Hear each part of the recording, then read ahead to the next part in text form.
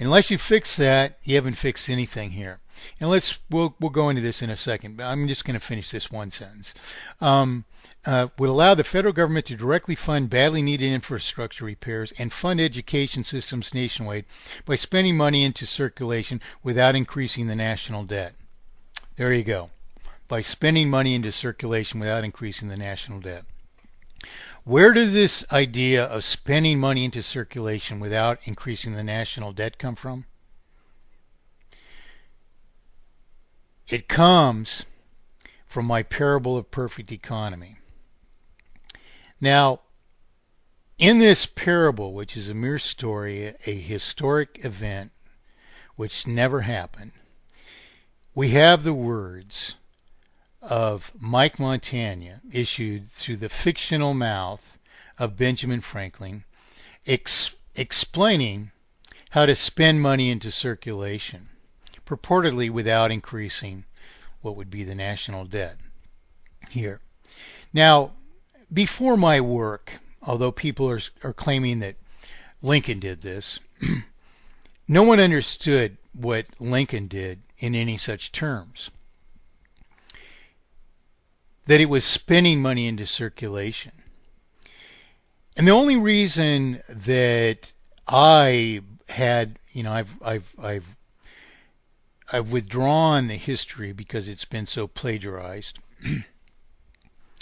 and because it's a further strategy for dealing with plagiarism.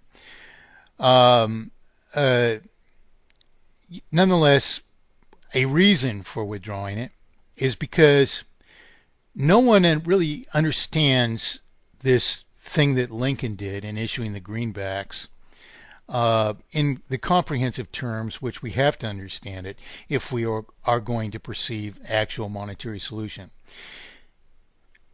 Though I have Franklin doing this in my parable of perfect economy, that's actually in a second case, which is in an embedded flaw. And after I would tell the story, I would ask the audience who would marvel at Benjamin Franklin's account of how to fund government without taxation. I would ask the audience, now what is wrong with this story? And they would look at each other and they would look at me and they in great wonder, as if how could anything be wrong with the proposition that you just explained? It's the most glorious thing I ever heard of. But the problem is that there isn't even truly any such thing as spending money into circulation if indeed you're solving inflation and deflation. So there is no reform that solves our problems. There isn't even a fact of merely spending money into circulation. And whenever I confront these people who advocate this, who today are even citing my very words, thinking they're quoting Benjamin Franklin because they never even read the explanations and the addendums to this parable of perfect economy, which I started telling in 1975. They cite Benjamin Franklin as actually prescribing mathematically perfected economy. So, inadvertently and unknowingly, these ignorant people who are merely imitating me, in fact, are citing Benjamin Franklin as if he's a resource, and it refutes my work as if you could spend money into circulation. And no, it's just not a fact, because unless you pay the money out of circulation that's introduced into circulation,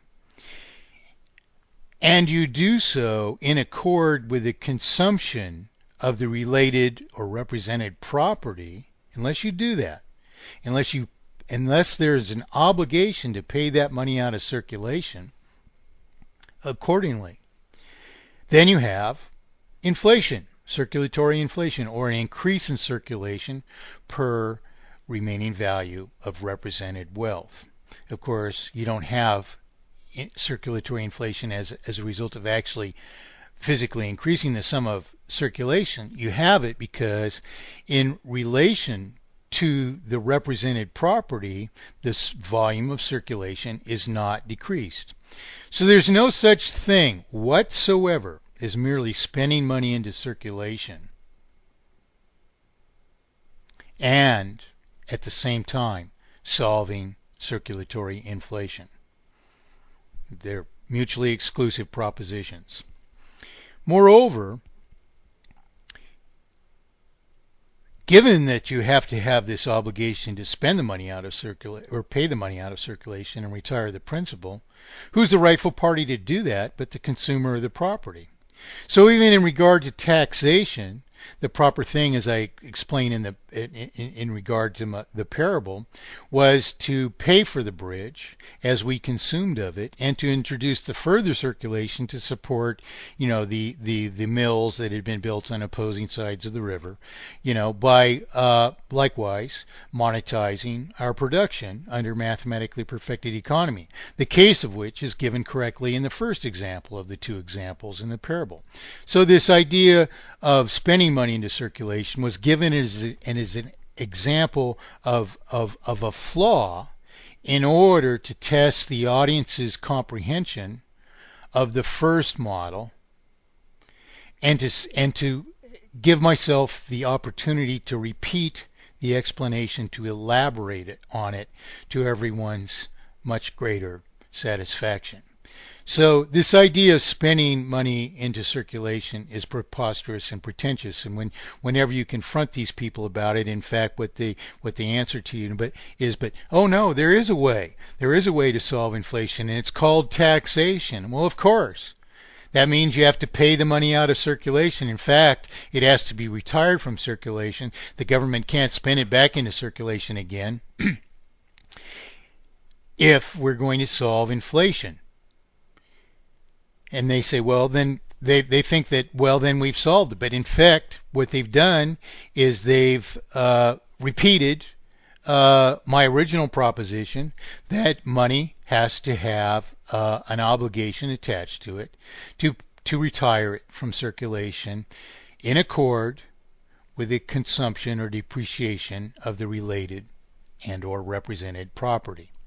You see, and the rightful party to do that, of course, is the consumer, and so on and so forth. So, this is a preposterous idea here, which comes from a plagiarist attempt to find another way to explain the same thing that I've already explained, and doing it wrongly, proposing that you could merely spend money into circulation without increasing the national debt. In truth, can't be done if you solve inflation, because someone has to pay for whatever is being introduced, whatever that introduction of circulation represents. And this is the rightful principle of economy anyway. It's not about granting free lunches, you see, after all. This idea is preposterous. So this is the idea of a simpleton, and we're going to see that indeed it conforms to the pattern of a simpleton as we examine this bill. So I have a copy of the bill, and it's really, if I may say so, it looks like a 5th grade history class project. Title, A Bill to Create a Full Employment Economy as a Matter of National Economic Defense. To provide, can you imagine more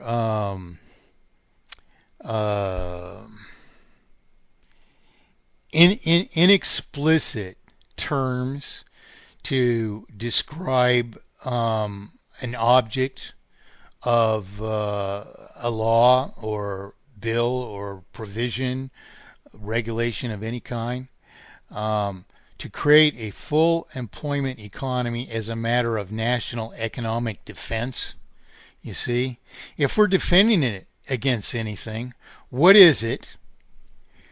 How is that thing an offense against us? And why not just eradicate the offense, which as we've explained over and over and over again, is a terminal means of dispossession. You see, so this is really quite preposterous. To provide for public investment in capital infrastructure.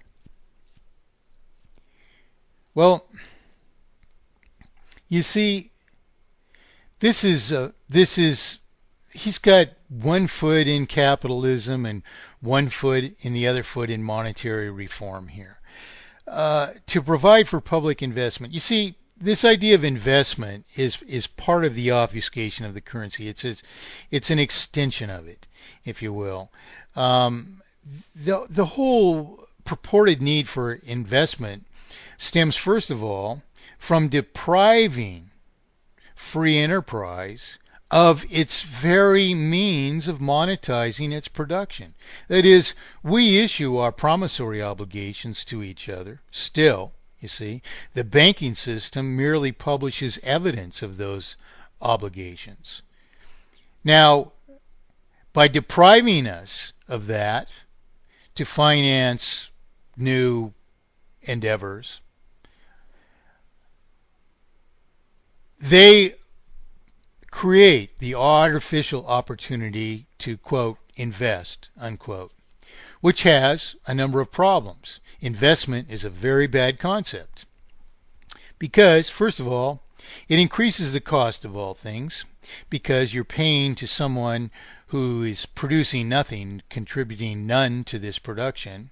You're paying a perpetual income as a partner to this endeavor. Another thing about it is you're taking the same circulation and you're requiring it to serve a further purpose. You remember I explained the ramifications of that in this, example where we had 1,000 people in a circle, and at the end of a period of time, everyone, was working away on whatever they did, and at the end of the period, they turned to their left and, handed their $10 to the person on the left for their production, and so likewise we were taking the $10 from the person on our right at the same time for their to purchase their production, which we worked on. And so at any given time in this example, we could trade all our production. If you took away $5 from every fifth person, this whole thing came to a dead halt. The first person that was reached. The reason was they had been deprived of just reward for their production because the circulation did not exist, which represented the value of all things, you see. And this is what's wrong with this idea of investment. It takes the same money, which could have been created by our issuance of a promissory obligation free of exploitation. By depriving us of that opportunity, it creates this artificial opportunity to take from our production by this purported investment. You see, so it puts the central banking system into the position to be the predominant owner of all of our production in one way or another, by investment, by dispossession. You see, so he goes on. To provide for reducing the cost of public investment. Well, if you want to provide for reducing the cost of public investment, and what you're really talking about here, if we rectify this idea, this mistaken, erroneous,